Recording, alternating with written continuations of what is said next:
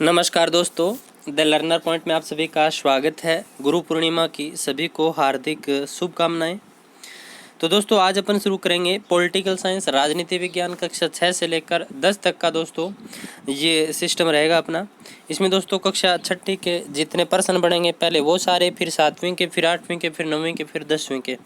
तो आज 6ठी क्लास के दोस्तों ये प्रश्न है जो ओल्ड 6ठी क्लास की जो पॉलिटिकल साइंस की बुक चलती थी उसमें से और अब वाली में से, दोनों में से हैं दोस्तों।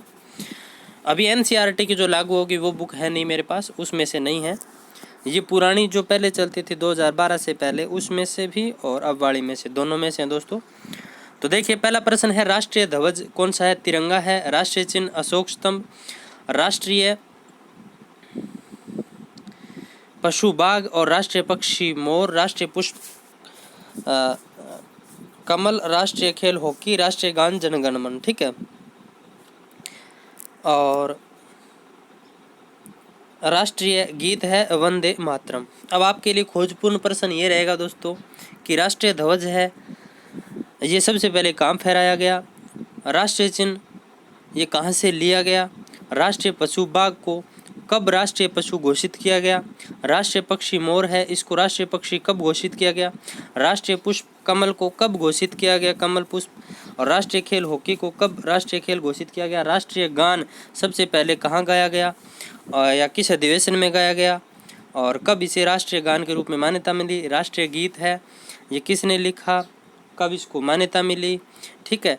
कितना टाइम लगता है राष्ट्रीय गान और राष्ट्रीय गीत में कितनी पंक्तियां गाई जाती है? ये आप गूगल करना पूरा का पूरा और अपनी कॉपी में लिखना, वहाँ से प्रश्न जरूर आएगा। आगे प्रश्नों में भी ये चीज़ रिवाइज होगी।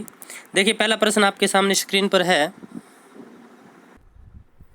तो दूसरा प्रश्न है, जो व्यापारी बड़ी मात्रा में सामान खरीदकर छोटे छोटे व्यापारियों को बेचते हैं क्या कहलाते हैं? थोक व्यापारी, खुदरा व्यापारी, हॉट व्यापारी या कोई नहीं।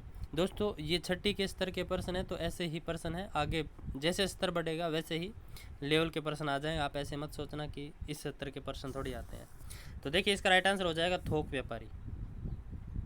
नेक्स्ट है, साप्ताहिक बाजारों को भी कहते हैं विशेष बाजार, हॉट बाजार, दोनों या इनमें से कोई नहीं। तो 3 का राइट आंसर क्या हो जाएगा? बी, हॉट बाजार। नेक्स्ट है, सहकारिता का मूल मंत्र क्या है? सबके हित में एक का हित, सबके लिए या एक सबके लिए, सब एक के लिए, व सबके हितों में हमारा हित या कोई नहीं। तो 4 का राइट आंसर हो जाएगा एक सबके लिए, सब एक के लिए, व सबके हितों में हमारा हित। ये सहकारिता का मूल मंत्र है। नेक्स्ट है, किन्हीं आर्थिक व सामाजिक हित वाले क्रियाकलापों के उद्देश्य से कम कितने व्यक्ति मिलकर एक प्राथमिक सहकारी समिति का गठन करते हैं? ये इंपॉर्टेंट प्रश्न है दोस्तों। किसी आर्थिक व सामाजिक हित वाले क्रियाकलापों के उद्देश्य से कम कितने व्यक्ति मिलकर एक प्राथमिक सहकारी समिति का गठन करते हैं? तो इसका राइट आंसर हो जाएगा कम से कम 15 व्यक्ति मिलने चाहिए। नेक्स्ट है, उपभोक्ता संरक्षण अधिनियम कब लागू किया गया? इंपॉर्टेंट प्रश्न है दोस्तों, आया हुआ है ये। उपभोक्ता संरक्षण अधिनियम कब लागू किया गया? आया हुआ प्रश्न है। इसका राइट आंसर क्या हो जाएगा? 1986 में उपभोक्ता संरक्षण अधिनियम है वो लागू किया गया। 7 नंबर प्रश्न है, उपभोक्ता प्रत्येक स्तर पर कितने दिन की अवधि में न्याय के ऊपरी न्यायालय में अपील कर सकता है? यानी उपभोक्ता दोस्तों प्रत्येक स्तर पर कितने दिन की अवधि में न्याय के ऊपरी न्यायालय में अपील कर सकता है? तो दोस्तों 30 दिन, 35 दिन, 25 दिन या 45 दिन। तो इसका राइट आंसर हो जाएगा 30 दिन। ये भी इंपॉर्टेंट प्रश्न है दोस्तों। नेक्स्ट है, सहकारी समिति का पंजीकरण कहाँ करवाया जाता है? कलेक्ट्रेट में, तहसील में, सहकारिता विभाग में, गृह विभाग में। तो इसका राइट आंसर क्या हो जाएगा? सहकारिता विभाग में। नेक्स्ट है, निम्न में से कौन सा मानक चिन्ह है? ISI, एक मार्क, FPO या उपयुक्त तीनों। तो देखिए दोस्तों इसका राइट आंसर हो जाएगा निम्न में से कौन सा मानक चिन्ह है? तो ये सारे ही हैं दोस्तों। 10 नंबर है, वस्तु या सेवा दोष में होने पर कितने वर्ष की अवधि में शिकायत करना जरूरी है? वस्तु या सेवा में दोष होने पर या दोस्तों कमी होने पर, तो देखिए कितने वर्ष की अवधि में शिकायत करना जरूरी है? 3 वर्ष, 2 वर्ष, 1 से 1/4 वर्ष, 1 वर्ष। तो तो इसका राइट आंसर हो जाएगा 2 वर्ष के भीतर भीतर दोस्तों शिकायत करना अनिवार्य है। नेक्स्ट है उपभोक्ता 20 लाख रुपए तक की शिकायत कहाँ करेगा? तो 20 लाख तक की शिकायत करेगा जिला उपभोक्ता मंच में। कहाँ पर? जिला उपभोक्ता मंच में। नेक्स्ट है 20 लाख से अधिक और 1 करोड़ रुपए तक की राशि से संबंधित विवाद उपभोक्ता कहाँ दर्ज कराएगा? यानी 20 लाख से अधिक हो जाए तो कहाँ करवाएगा? 20 लाख तक का तो अपन ने देख लिया कहाँ करवाएगा? जिला उपभोक्ता मंच पर। और 20 लाख से अधिक हो जाए तो राज्य उपभोक्ता आयोग पर। ठीक है। नेक्स्ट है 1 करोड़ रुपए से अधिक राशि से संबंधित, ये कहाँ करवाएगा दोस्तों? 1 करोड़ रुपए से अधिक राशि से संबंधित शिकायत उपभोक्ता कहाँ करेगा? तो राष्ट्रीय उपभोक्ता आयोग में करेगा। कहाँ? राष्ट्रीय उपभोक्ता आयोग। नेक्स्ट है जनता द्वारा चुने गए प्रतिनिधि जनता की ओर से सरकार में भागीदारी निभाते हैं, उसे कहते हैं प्रतिनिधित्वात्मक लोकतंत्र, तानाशाही राजतंत्र या कोई नहीं। तो इसका राइट आंसर क्या हो जाएगा? प्रतिनिधित्वात्मक लोकतंत्र। नेक्स्ट है यदि सरकार विभिन्न हितों के बीच टकराव को बलपूर्वक दबाकर किसी एक हित को जबरदस्ती से लागू करती है तो ऐसी सरकार कहलाती है लोकतांत्रिक सरकार, तानाशाही सरकार, राजतंत्रीय सरकार, कोई नहीं। तो 15 का राइट आंसर हो जाएगा तानाशाही सरकार। नेक्स्ट प्रश्न है किसी प्रकार की सरकार बनाने में जनता की भागीदारी नगण्य थी। यानी किस प्रकार की सरकार बनाने में जनता की भागीदारी नगण्य थी? लोकतांत्रिक सरकार, तानाशाही सरकार, राजतंत्रीय सरकार, कोई नहीं। तो इसका सही उत्तर हो जाएगा राजतंत्रीय सरकार। अगला प्रश्न है जनता के प्रति जवाबदेही व उत्तरदायी सरकार है राजतंत्रीय सरकार, तानाशाही सरकार, लोकतांत्रिक सरकार या सभी। तो इसका उत्तर क्या हो जाएगा? जनता के प्रति जवाबदेही व उत्तरदायी सरकार है लोकतांत्रिक सरकार। अगला प्रश्न सरकार का चुनाव किस वर्ष की आयु पूरी करके वयस्क नागरिक कर सकता है? सरकार का चुनाव किस वर्ष की आयु पूरी करके, यानी मतलब कितनी आयु पूरी करके वयस्क नागरिक कर सकता है? तो देखिए दोस्तों इसका राइट आंसर क्या हो जाएगा? सी 18 वर्ष। सरकार का चुनाव, सरकार का चुनाव का मतलब यहाँ पर दोस्तों बात यह है वोट डालना, मतदान करना। ठीक है, मतदान करने से है। ठीक है, मतदान 18 वर्ष की आयु। ठीक है। अब आपको एक चीज़ देखने दोस्तों पहले मतदान की जो आयु थी वो 21 वर्ष थी, फिर एक संविधान संशोधन किया गया जिसमें मतदान की आयु 21 वर्ष से 18 वर्ष कर दी गई।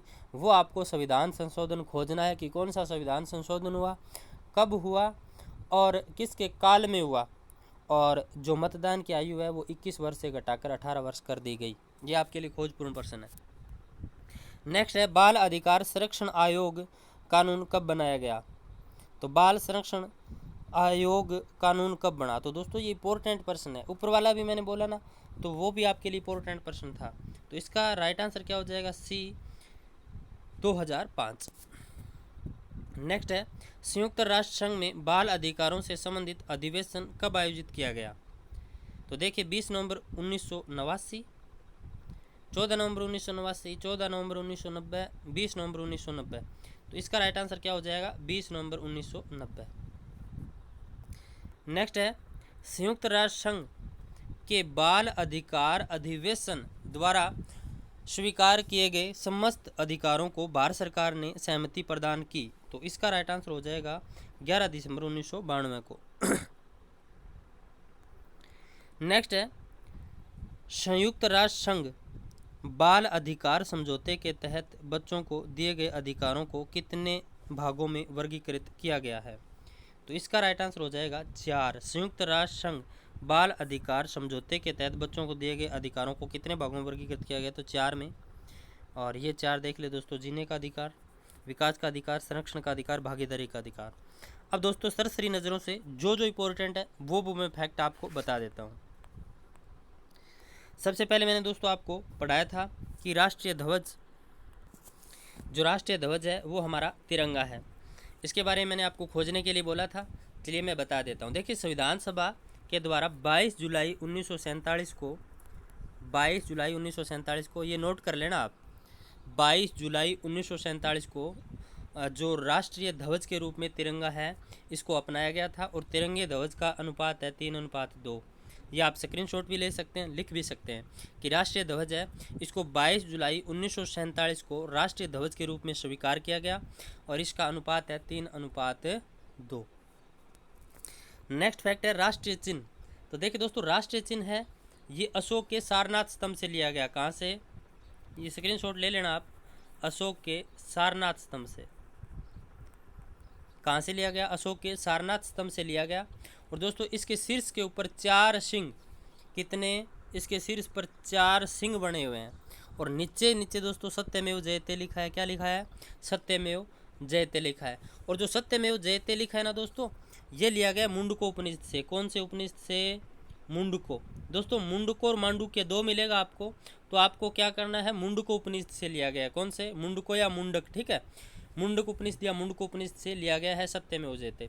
इसके अलावा दोस्तों इसके ऊपर एक हाथी है, एक घोड़ा है, एक वृषभ है और एक सिंह बना हुआ है, ठीक है। तो ये चीज़ें आप ध्यान में रखना। मतलब कितने पशु है? तो हाथी है, घोड़ा है, वृषभ है और सिंह है। 4 पशु हैं इसके ऊपर, ठीक है। और जो सिंह है वो दोस्तों चारों ओर क्या है? अब मतलब आपस में पीठ सटाए हुए बैठे हैं, चारों ओर उसका मुंह है। और सत्यमेव जयते लिखा है, मुंडक उपनिषद से लिया गया है।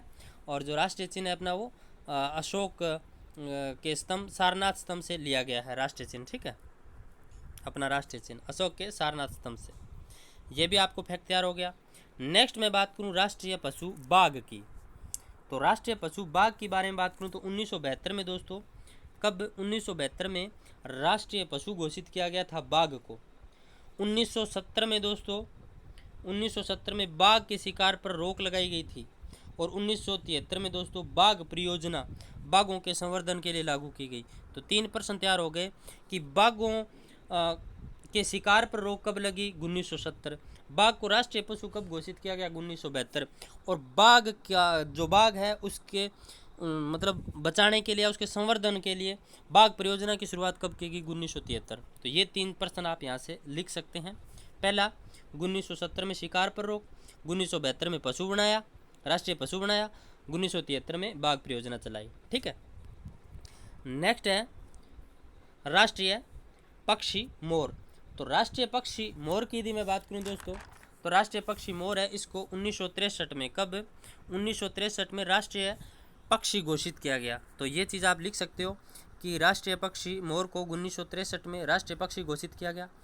नेक्स्ट दोस्तों मैं राष्ट्रीय पुष्प की बात करूं तो राष्ट्रीय पुष्प है अपना कमल। कौन सा है? कमल।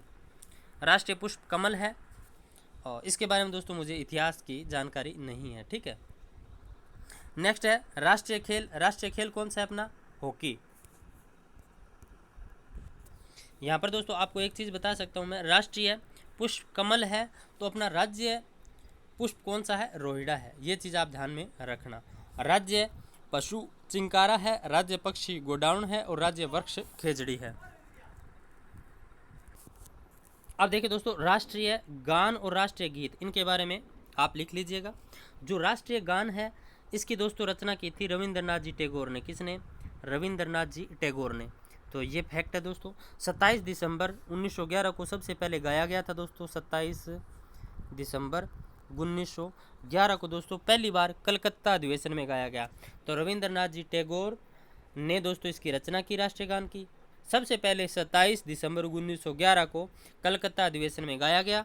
और दोस्तों 24 जनवरी, ध्यान रखना, 24 जनवरी 1950 को राष्ट्रगान के रूप में इसको अपनाया गया। राष्ट्रगान के रूप में कब अपनाया गया? 24 जनवरी 1950। सबसे पहले गाया कब गया? तो 27 दिसंबर 1911 को। 52 सेकंड में गाया जाता है दोस्तों, ये ध्यान रखना। कितने सेकंड में गाया जाता है? 52 सेकंड में। और दोस्तों जो रविंद्रनाथ जी टैगोर ने राष्ट्रगान लिखा था ना, उसमें दोस्तों कुल 5 पद थे। कितने? 5 पद। लेकिन राष्ट्रगान के रूप में जो पहला पद है उसको ही गाया जाता है। विशेष बात है, 5 पद है राष्ट्रगान में, गाया है पहला ही गाया जाता है। 52 सेकंड का समय लगता है। मैंने सारे फैक्ट बता दिए इसके बारे में। राष्ट्रीय गीत है, तो राष्ट्रीय गीत के बारे में यदि बात करूँ दोस्तों तो बंकिम चंद्र चटर्जी, और सर्वप्रथम 1986 में कांग्रेस अधिवेशन में ये गाया गया था। तो ये दोस्तों जैसे मुझे फैक्ट पता थे मैंने आपको बता दिए। अब देखिए दोस्तों इसके अलावा मैं बात करूं तो यहाँ पर इम्पोर्टेंट पर्सन देखिए, ये इम्पोर्टेंट है, उपभोक्ता संरक्षण अधिनियम 1986, ये आप ध्यान में रखना। और ये भी दोस्तों, उपभोक्ता के प्रत्येक स्तर पर कितने दिन की अवधि में न्याय ऊपरी न्यायालय में अपील कर सकता है, तो 30 दिन। ये दोस्तों वैसे गाइडों में नहीं मिलेगा अपन को, पर अपने प्रॉब्लम खड़ी कर देता है ऐसा प्रश्न आ जाए तो। नेक्स्ट देखिए, ये भी ऐसा प्रश्न भी दोस्तों, अब मैं तो बताऊं ये ISI करके आता, अगर ये मेरे आगे नहीं आता प्रश्न तो सच बता रहा हूँ, ठीक है, लेकिन इसका उपयुक्त सभी होगा। नेक्स्ट देखिए, ये प्रश्न भी इम्पोर्टेंट है, उपभोक्ता 20 लाख रुपए तक की शिकायत कहाँ करेगा, तो दोस्तों 20 लाख तक की जिला उपभोक्ता मंच पर करेगा, 20 लाख से ऊपर हो तो राज्य में, और 1 करोड़ से ऊपर हो तो राष्ट्रीय में, ये बात भी आप ध्यान में रखना। इसके अलावा देखिए दोस्तों, यहाँ पर ये मतदाता वाली बात भी आप ध्यान में रखना। और खोजपूर्ण मैंने प्रश्न आपको दिया है कि कौन से संविधान संशोधन के द्वारा मतदान की आयु 21 वर्ष से 18 वर्ष कर दी गई। बाल संरक्षण आयोग कानून कब बनाया गया, इंपॉर्टेंट प्रश्न है दोस्तों, 2005 में, ठीक है। नेक्स्ट देखिए, संयुक्त राष्ट्र संघ ने बाल अधिकारों से संबंधित अधिवेशन कब आयोजित किया, तो ये किया था दोस्तों 20 नवंबर 1989। अब इसके बारे में दोस्तों गूगल पे सर्च भी कर सकते हैं कि कौन से देश में हुआ, ठीक है, इसमें क्या क्या बातें हुई थी, ये चीज़ें भी देख सकते हो आप। संयुक्त राष्ट्र संघ के बाल अधिकार अधिवेशन द्वारा स्वीकार किए गए समस्त अधिकारों को भारत सरकार ने सहमति कब प्रदान की, तो देखिए दोस्तों इसका राइट आंसर 11 दिसंबर 1992, ये भी इंपॉर्टेंट प्रश्न है। और नेक्स्ट देखिए दोस्तों, संयुक्त राष्ट्र संघ बाल अधिकार समझौते के तहत बच्चों को दिए गए अधिकारों को कितने भागों में वर्गीकृत किया गया, तो 4 भागों में बांटा गया। और वो भाग कौन कौन से थे, जीने का अधिकार, विकास का अधिकार, संरक्षण का अधिकार, भागीदारी का अधिकार। तो ये थे दोस्तों 6ठी क्लास के महत्वपूर्ण फैक्ट। आई होप आपको ये क्लास अच्छी लगी होगी, अच्छी लगी है तो लाइक करना, अपने दोस्तों में शेयर जरूर करना।